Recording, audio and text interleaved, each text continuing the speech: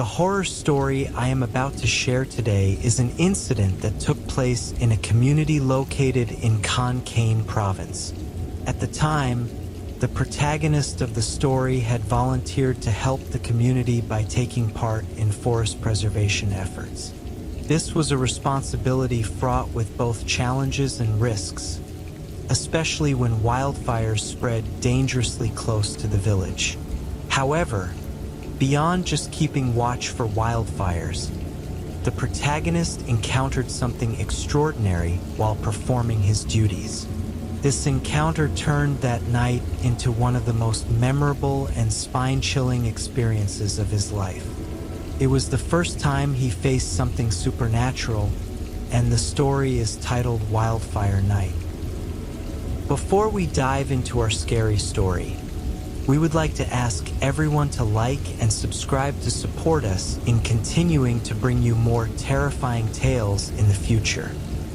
The entire story took place around the year 2019. At that time, Pao and his younger brother, both of whom had just entered the working stage of their lives, decided to return to their hometown in Con Cain province to pursue their respective careers.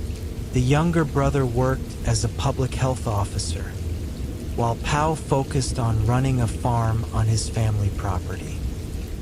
The village where Pao lived was surrounded by forest, and the villagers shared a deep connection with it. During the time of the events, the village community had discussed the idea of forming a volunteer group dedicated to forest conservation activities. This led to the establishment of a group of about 10 community members, including Pao.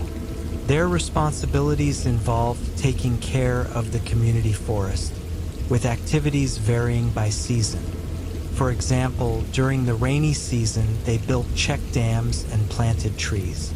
In the dry season, their focus shifted to wildfire prevention. Geographically, the forest around the village consisted of alternating lowland and upland areas, spanning over 200 rai, approximately 80 acres. Each section of the forest had a unique name based on its geographic features. For instance, areas with red soil were referred to as Kak Din Dang, red soil knoll. Similarly, a forest area with numerous Pterocarpus indicus trees was called Kak Kok Du. One specific area, however, was known as Don Bok Thit. This name caught Pao's attention. He learned from the villagers that the name Don referred to a knoll, and Bok Thit was a person's name. When Pao inquired further, he was told the area had been named after someone named Thit. At the time, Pao did not think much of it, and assumed the name originated from a nearby rice field belonging to someone named Thit. Pao had been engaged in forest conservation activities for over 2 years when Con Cain province began experiencing the effects of PM 2.5 pollution. This was caused by the burning of sugarcane fields in the surrounding areas, a practice that had become a nationwide issue at the time. Unsurprisingly, Pao's community was also affected. The primary problem arose from farmers secretly burning sugarcane at night, believing that the cooler, misty night air would prevent the fire from spreading uncontrollably. Responsible landowners would stay to monitor the fire until it burned out, but less conscientious ones would light the fire and leave, letting the flames consume whatever lay in their path. The forest surrounding Don Bok Thit was encircled by sugarcane fields, making it a hotspot for such fires. Pao vividly remembered this happening in March, a month when both day and night were sweltering hot. The village had repurposed the community center as a base for wildfire suppression, and the local health center director had even donated an old pickup truck to support the volunteers' activities. That particular night, while Pao was sitting with friends at the Wildfire Suppression Center, They received word from villagers that a fire had broken out at Donbach Thit. The villagers requested help from the volunteer group. Pao immediately alerted the others via their group chat and instructed those available to gather. Normally, about 10 people would respond to such calls, but that night, many were unavailable due to personal obligations. As a result, only 4 members, including Pao, were able to head out. Pao, his younger brother Number, and their friends Sam and Sim. It was around 9:30 p.m. when they finished preparing and set off in the donated truck toward the reported fire. The forest was about 2 kilometers away from the village. As they drove through rice fields toward the site, they could already see the fire glowing in the distance, its flames stretching out in a long line. When they arrived, the ground in the area was covered with dry leaves from krung trees, commonly called pung trees in central Thailand. The thick layer of fallen leaves crackled underfoot, making it difficult to distinguish between the sound of burning leaves and the dry rustle of their footsteps. Upon reaching the origin of the fire, Pao observed that it was burning in a straight horizontal line. He suggested to the group that creating a fire break would be more effective than trying to extinguish the fire with water. After explaining the plan, Pao assigned one team member to carry a high-pressure blower to clear the way ahead, while he and the other 2 used brooms to sweep the fire break clean. The team worked for nearly an hour, creating a fire break about 200 meters long. Once it was complete, they split into 2 groups to monitor the fire break, ensuring that the flames didn't cross it. Pao stayed with Number, while Sam and Sim took the opposite side, about 200 meters away, near the truck. As they watched over the fire break, Number excused himself to video call his girlfriend, whom he had just started dating. Pao decided to patrol the fire break alone. The fire burning in Donbach Thit illuminated the surrounding area, making it easy to see. As Pao scanned the area to ensure the fire wasn't crossing the line, his eyes caught sight of a man standing about 30 meters away. The man was partially hidden behind a tree, leaning out from behind it to watch him. At first glance, Pao thought the man might be another villager who had come to help extinguish the forest fire. However, upon closer inspection, Pao realized he did not recognize the man at all. The man appeared to be no older than 20 and dressed like an ordinary villager, wearing a t-shirt and shorts. When the man noticed Pao looking at him, he quickly moved behind a tree, about 30 centimeters in diameter, and did not reappear. Pao was puzzled as to where the man could have gone since the surrounding area was well lit, and there was no sign of him walking away. Sensing something was off, Pao began to feel slightly uneasy. It was the first time in his life he had encountered anything like this. Despite his fear, he decided not to mention the incident to the rest of the team, fearing it might scare them as well. Moments later, however, Pao felt an inexplicable chill run through him. He decided it would be best to head back to the truck, reasoning that at least the truck had an amulet hanging on the dashboard.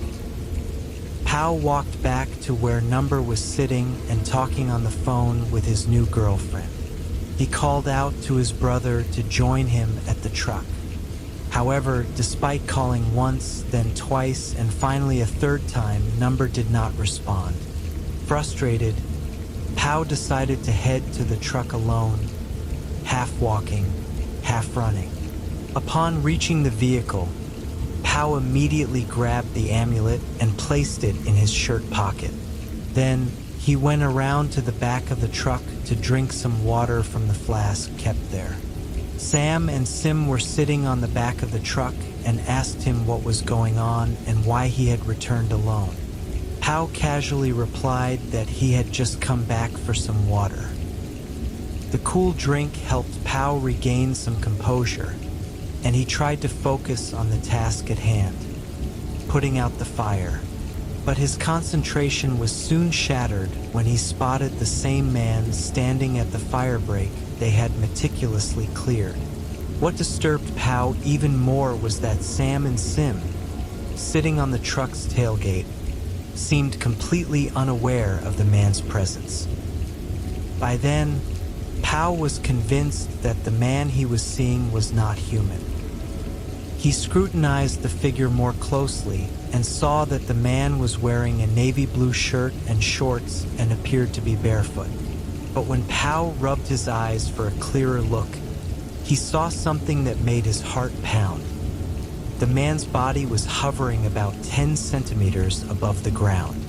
To make matters worse, the figure cast no shadow on the ground beneath him.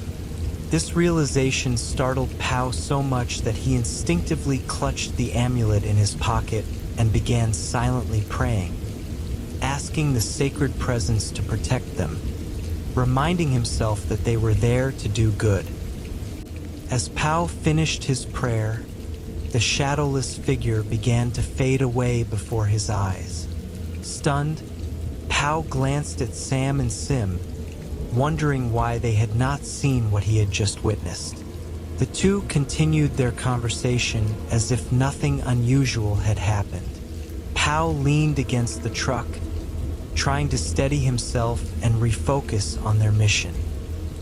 Not long after, Number returned to the truck and quickly ended his call with his girlfriend.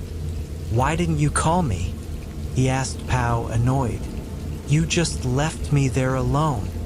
Pow could only think to himself, "I called you 3 times, but you didn't come." The team remained at the site for another hour, finally bringing the fire under control. By then, it was nearly midnight, or perhaps closer to 1 a.m. With their work complete, Pow led the group back to the truck to leave Don Bachthit. However, as Pow drove a short distance, he began to notice his hands trembling. Feeling unsteady, he handed the keys over to Number and asked him to drive the rest of the way back. When they arrived at the village center, Pow couldn't resist sharing the strange events from the night before with the others. Upon hearing the story, Number was furious that Pow had abandoned him and walked away. However, Pow explained that he had called out to Number several times, but Number had ignored him. The next morning, Pow had to report the details of the previous night's fire extinguishing efforts to the village's community forest committee. The village headman served as the committee's chairperson. After providing the report about the fire's location and their actions, Pow took the opportunity to share the strange events from the night before with the headman. The headman then recounted a story from his youth about the forest in the Don Bachthit area, which was less than 100 meters from a creek at the time. One rainy season, when the creek was swollen and nearly overflowing its banks, a young boy named Thit had taken his cattle to graze in the area. Thit, unable to swim, attempted to hold onto the back of a cow to cross the creek. However, due to the natural buoyancy of cows in water, where only their heads remain above the surface, Thit drowned and disappeared. It wasn't until some time later that villagers found Thit's bloated body floating nearby. The headman continued, explaining that local beliefs dictated that when someone died an unnatural death, tai hong, their body shouldn't be carried through the village. Unfortunately, the village cemetery was located on the opposite side of the settlement, requiring a corpse to be transported through the middle of the village. Given that only a few families owned pickup trucks at the time, Most villagers were reluctant to use their vehicles for transporting the deceased. Sympathetic villagers ultimately carried Thit's body into the forest, now known as Don Bokthit, and buried him near the creek where his body had been found. That event gave the forest its name, Don Bokthit. Seizing the moment, Pow asked the headman if Thit's remains were still buried there. The headman's answer was inconclusive. Some villagers believed the bones had been exhumed for a proper ceremony, while others thought they were still in the same spot. Having learned this history, Pow personally believed that Thit's spirit had appeared to thank them for extinguishing the forest fire that night. Interestingly, after the incident, several team members won the lottery, though Pow, who encountered the spirit directly, did not. Pow mentioned that he never indulged in gambling or games of chance, which might explain why he didn't share in the team's luck. Hearing Pow's story left me reflecting on the bond between Pow's community and their environment. The villagers' commitment to preserving their forest showed a strong sense of responsibility and unity.